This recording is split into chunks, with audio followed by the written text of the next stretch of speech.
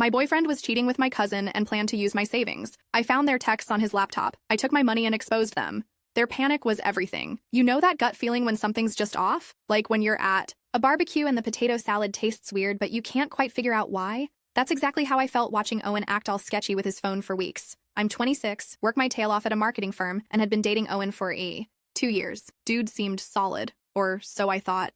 We were talking about moving in together, maybe getting a place with a decent backyard where we could grill some burgers and hang with friends. I'd been saving like crazy, had about 20 grand stashed away for our future. Real adulting stuff, you know? But lately, Owen was acting weird as heck. Keeping his phone face down during dinner, stepping outside to take calls, that whole suspicious boyfriend playbook. When I'd ask about it, he'd just shrug and say it was work stuff. Sure, buddy. The breaking point came on a Tuesday night. We were chilling at his apartment, watching some Netflix show about serial killers, because apparently that's what passes for date night these days. Owen went to grab us some Bud Lights from the fridge, leaving his laptop open on the coffee table. The screen was showing his messages app, and I swear I wasn't trying to snoop, but my cousin Maeve's name was right there at the top of his recent conversations. Now, Maeve and I weren't super close, but we saw each other at family stuff. She'd always been the type to make little comments about my life. How nice it must be to have a stable job, a decent boyfriend, savings in the bank. Classic jealous cousin vibes, but I never thought much of it. Update. So I made a decision that changed everything. Should I have looked at those messages? Part of me knew I was about to see something that would wreck me, but I had to know. Have you ever been in that position where ignorance might actually be bliss? I clicked on Maeve's conversation thread, and holy cow, my world just imploded. The messages went back months, and they weren't just talking about the weather. Can't wait to see you tonight, babe? From Owen, with a kissy face emoji. Gross. She has no idea, LOL from Maeve. When are you gonna tell her? Not yet. Need to make sure the money situation is locked down first. 20 grand is 20 grand. I literally felt my stomach drop to the floor. These two absolute disasters were not only hooking up behind my back, but they were plotting to get their grubby hands on my savings. My money that I'd been busting my butt to save for our future. I kept scrolling, getting angrier with each message. They'd been meeting up at her apartment, planning weekend getaways, even discussing how they'd handle me when the time came to break up. Owen had screenshots of my bank statements. Apparently, I'd left my laptop unlocked around him one too many times. They knew exactly how much I had saved. The most messed up part? There was a whole conversation about how they'd convince me to invest in some fake business opportunity Owen was cooking up. They were literally planning to scam me out of my own money before dumping me. When Owen came back with the beers, I was still staring at the screen, probably looking like I'd seen a ghost. He took one look at my face and knew the jig was up. It's not what it looks like, he started, which is literally the most cliched cheater line in the book. Really? Because it looks like you've been sleeping with my cousin and planning to steal my savings. I kept my voice super calm, which seemed to freak him out more than if I'd started yelling. He tried the whole song and dance. It just happened, they didn't plan it, he was going to tell me, blah blah blah. But I'd seen those messages. This wasn't some spontaneous mistake. This was calculated, cold, and designed to leave me broke and heartbroken. I told him I needed some time to think, grabbed my purse, and left. But not before taking some photos of those messages with my phone. Evidence, baby. Update. I spent the next few days planning something that would make them both regret messing with me. But first, I had to protect what was mine. The question is, how far would you go to get revenge on people who betrayed you this badly? First things first, I had to secure my money. Bright and early the next morning, I marched into my bank and opened a new account at a completely different institution.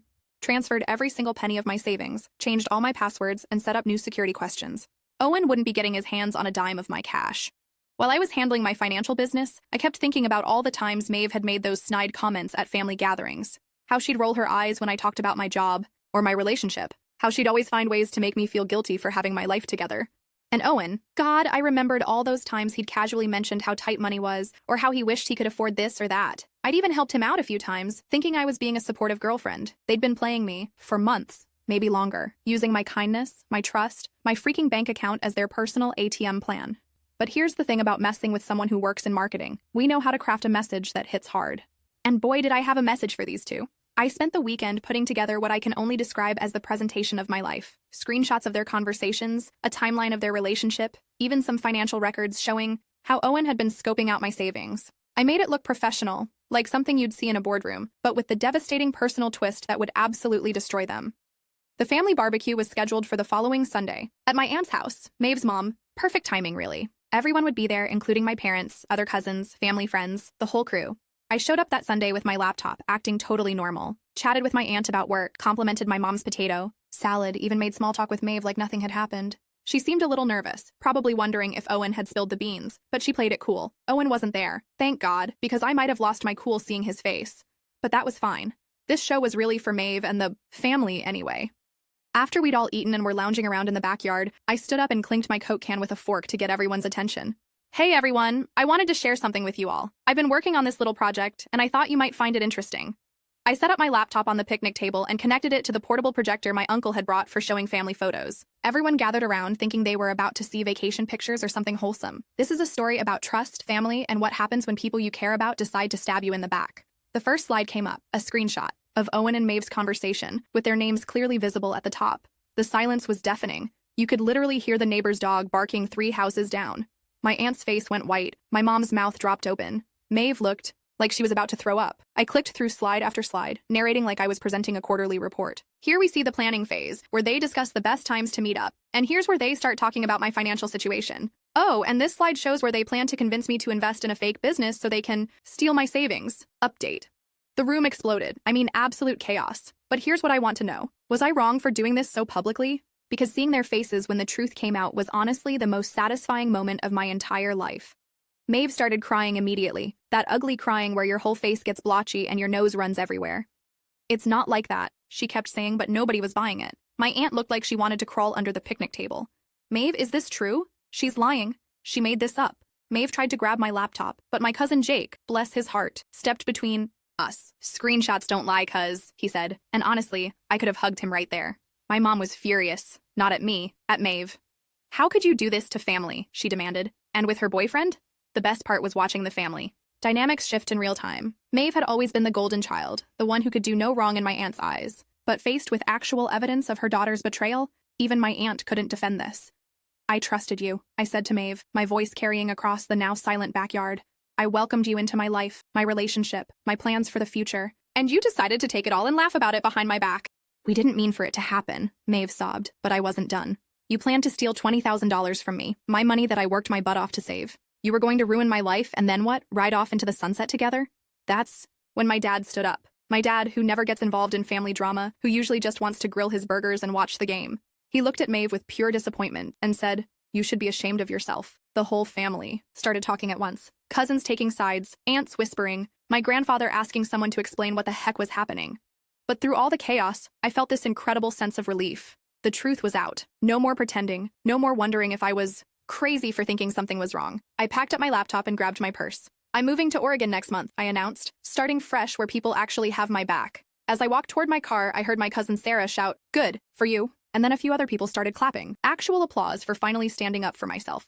The drive home was wild. My phone was blowing up with texts, some from family members supporting me, others asking for more details, and a bunch from numbers I didn't recognize because apparently, word was spreading fast. But the best messages were from Owen and Maeve themselves. Panic mode, full engagement. Owen, we need to talk. This is insane. You're ruining everything. Maeve, please call me. We can fix this. Don't do this to our family. More from Owen. I can explain everything. You don't understand the whole situation. Maeve again. I'm sorry. I'm so sorry. Please don't leave. We can work this out. I screenshot every single desperate message and then blocked both of them. No more access to my life, my phone, my peace of mind. The next few weeks were like watching a beautiful disaster unfold from a safe distance. My aunt called my mom crying about how embarrassed she was. Apparently Maeve had locked herself in her room for 3 days straight. Owen had been calling everyone in my family trying to get someone to talk to me on his behalf. But here's the thing. I was already 3 steps ahead, looking at apartments online in Portland, researching job opportunities, planning my whole new life. While they were dealing with the fallout of their own terrible choices, I was building something better. My cousin Jake texted me updates like he was reporting live from a disaster zone. Maeve got fired from her job at the boutique. Apparently, your aunt told her friend who owns the place and she didn't want that kind of drama around her business. Then, Owen's been hitting up everyone asking about you. Dude seems desperate. Also, word got around his workplace somehow. His boss, apparently, wasn't thrilled about the whole thing. And my personal favorite, family group chat is wild right now. Grandma said she always knew something was off about Maeve. Savage. 3 weeks later, I was loading up my Honda Civic with everything that mattered and driving toward my new life in Oregon. I'd found a cute little apartment in Southeast Portland, landed a remote position with a marketing agency, and even signed up for some cooking classes because why not learn to make something better than ramen? The best part about social media is how quickly word spreads, and apparently my story had legs. I started a blog called Taking Back Your Life and shared the whole experience, anonymously of course, but with enough detail that people could learn from my situation. The response was incredible. Women messaging me about their own experiences with cheating partners, people sharing stories about family betrayal, others just saying they were inspired to stand up for themselves. 6 months. Later, I'm living my best life. The apartment has a view of the mountains. I can actually cook a decent meal, and I met someone at my hiking group who treats me like I deserve to be treated. He thinks my revenge story is hilarious and keeps saying he's glad I'm on his team. Meanwhile, According to Jake's updates, Owen moved back in with his parents and Maeve is working at a call center. They're not together anymore. Apparently, when the money scheme fell through and the social pressure got too intense, their great love couldn't handle the heat. Sometimes I think about what would have happened if I'd never seen those messages, if I'd just kept living in ignorance while they drained my bank account and destroyed my trust. I probably would have lost everything, my savings, my self-respect, my faith in people. Instead, I protected what was mine, exposed the truth, and built something better. Sure, it was messy and dramatic and probably gave my poor aunt gray hair, but sometimes messy is exactly what the situation calls for. The money I saved is now the down payment on a little house with a yard perfect for barbecues. And this time, I'll only be inviting people I can actually trust to flip the burgers. Looking back, I realized that discovering their betrayal was actually the best thing that could have happened to me. It showed me who I really was when everything hit the fan. Not a victim, not someone who'd quietly disappear while others took advantage of her kindness, but someone strong enough to fight for herself and smart enough to win. And honestly, seeing their panic when everything unraveled was worth every awkward family gathering for the rest of my life.